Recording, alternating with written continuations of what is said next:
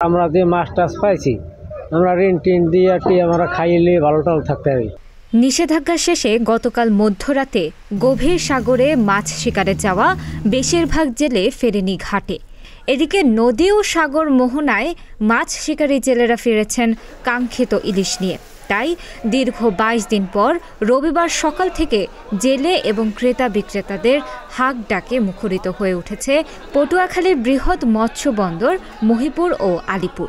তবে চাহিদার তুলনায় মাছের পরিমাণ কম হওয়ায় অনেকটা চড়া দামে বিক্রি হচ্ছে ইলিশ। এছাড়া এখন পর্যন্ত বাজারে বড় সাইজের ইলিশের সংখ্যাও অনেক কম। তবে ৩ থেকে ৪ দিন পর গভীর সাগর থেকে জেলেরা ফিরলে ইলিশের সরবরাহ কিছুটা বাড়তে পারে এবং দাম কিছুটা কমতে পারে বলে জানা যায়।